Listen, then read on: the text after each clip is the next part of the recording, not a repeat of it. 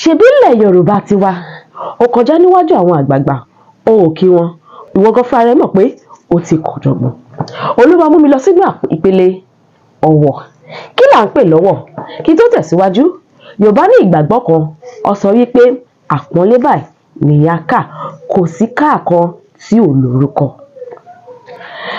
Ọ̀wọ̀ yìí ó ṣe nǹkan tó ń ṣe gbòógì nílẹ̀ Yorùbá. Yorùbá báyìí ó mú sí ohun ọkàn wọn ni. Inú ọ̀wọ̀ la ti mọ̀ tẹríba, inú ọ̀wọ̀ la ti mọ̀ nǹkan tá à ń pè ní ẹ o, inú ọ̀wọ̀ la ti ń bọ̀wọ̀ fún àwọn àgbààgbà wa.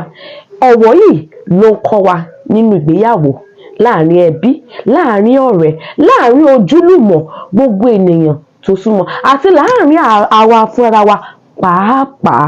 Òun la fi mọ ọmọlúwàbí. Ọ̀wọ̀ yìí ó ṣe ohun gbòógì láyà ọmọ ilẹ̀ Yorùbá.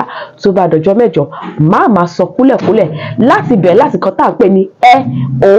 Ìkan tó ṣe pàtàkì ní ẹ o nílẹ̀ Yorùbá á máa yànnàná ẹ̀ fún yín lọ́jọ́ mẹ́jọ. Ire o, ó dàbọ̀.